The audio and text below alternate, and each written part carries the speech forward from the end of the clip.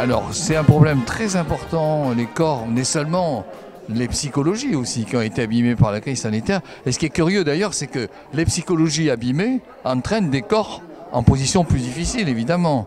Donc on va aussi parler de ça.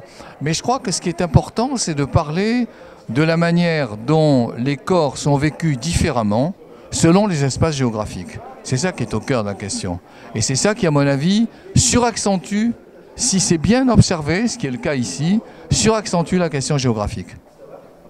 Parce que les espaces sont vécus autrement, vous voyez.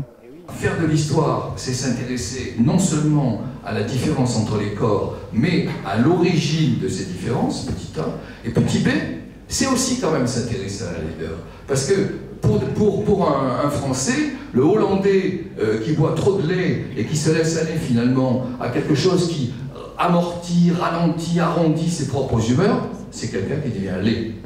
Je termine avec un troisième exemple, et j'espère ne pas avoir été trop long. C'est un exemple qui me fascine.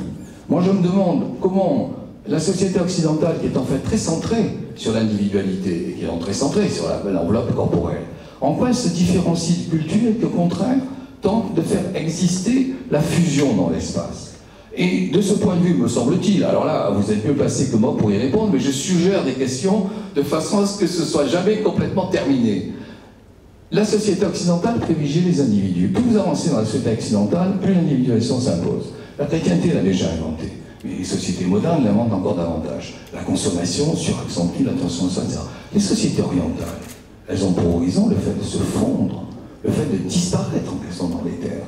C'est deux manières fondamentalement différentes de vivre le corps. Et je trouve que la richesse de nos échanges a montré l'ensemble des questions que très modestement je viens de poser. Et une fois encore, je vous remercie très chaleureusement pour les rencontres qui ont pu avoir lieu, mais je suis sûr que mon ami à côté de moi va dire encore davantage.